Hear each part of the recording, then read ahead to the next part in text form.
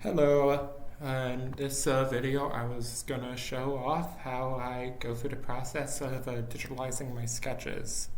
So I'm first gonna want to open up my software in order to do that.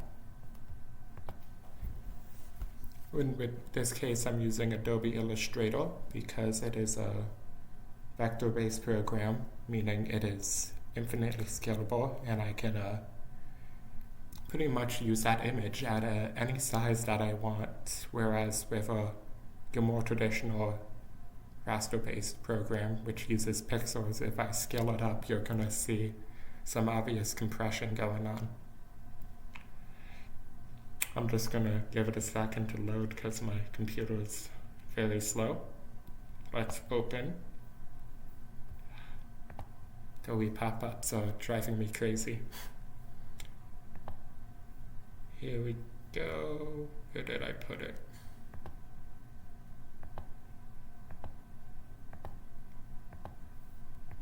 Here we go.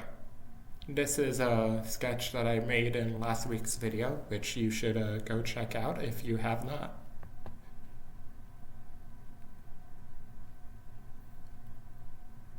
Straight away, I'm going to lock this layer, and we're going to expand this artboard.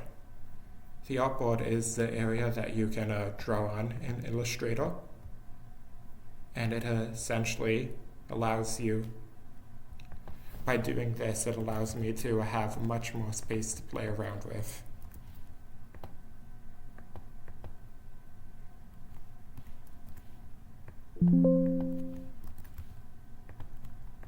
That's I think that's a good amount to start with. Also, something I would absolutely recommend for a vector-based program is a good mouse.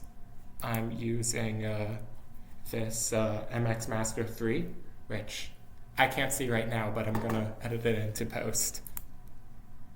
I imagine they're pretty cheap right now, considering Logitech just announced the 4, and they have the 3S as well. But I cannot say much about 3S because I don't use it myself. So I'm going to create a new layer. I'm going to lock the original. And what I'm going to do is I'm going to first off take my pen tool. And we're going to trace over the image with my pen tool.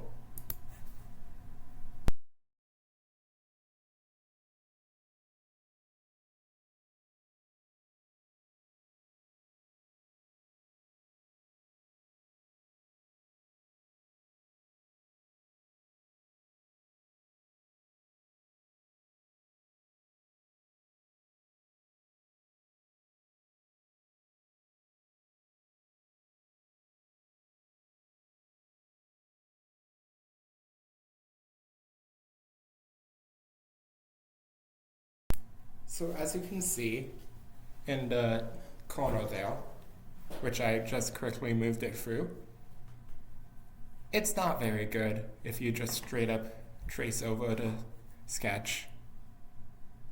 It needs a lot of work. So what I did was I created this grid structure here, which should help me to help clean up the initial idea I had. So what I'm going to do is I'm going to turn this back on and this back on. And instead of using the pen tool like I did for the initial sketch, I'm going to use the shape tool. I'm using specifically squares in this case, or rectangles rather. That way, what I can do is I can kind of use this grid to make everything consistently sized.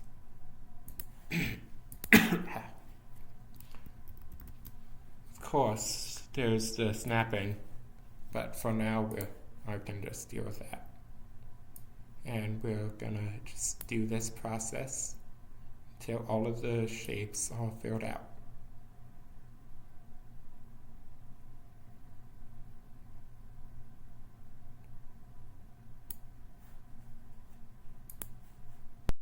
Alright, so using the shape tool rather, this is what I created so far.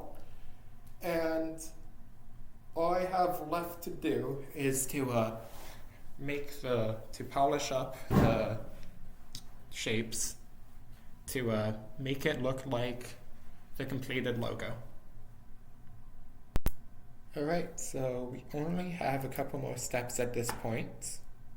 What I'm gonna do, for the sake of making it a lot easier for me to see, okay, apparently that didn't do what I thought it would do. But what we can do is with the Shape Builder tool, I can select a bunch of objects and drag my mouse over it to make it into a singular shape. Then if I alt-click, I can get rid of sections.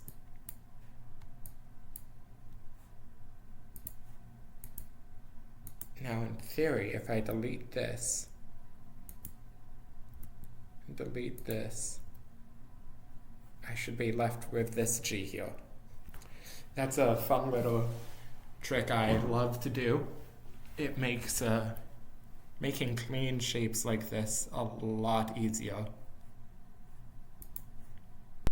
Alright, so I simply just got rid of all of my rulers and drew this little shape here. Now I'm gonna select everything, Shape Builder, and we're gonna, I forget the hotkey, give me a second. Gonna Shift minus this. Is it Shift minus? It's Alt minus. Gonna, wrong area. Gonna select this shape, Shape Builder, then we're gonna Alt click. And there we go. We have ourselves a digitalized logo. Now, obviously, this is a little bit rough, and I'm not too big of a fan of it. However,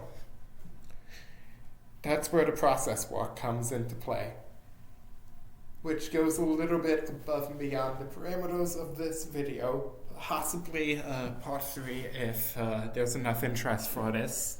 I can show that off, the polishing aspect of it, but it is a lot of process work and it is not very entertaining.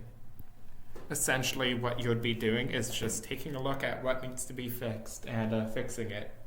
So that's all for this video. Let me know if you would like a part 3 talking about the process work and potentially how to do some color. Alright, thanks.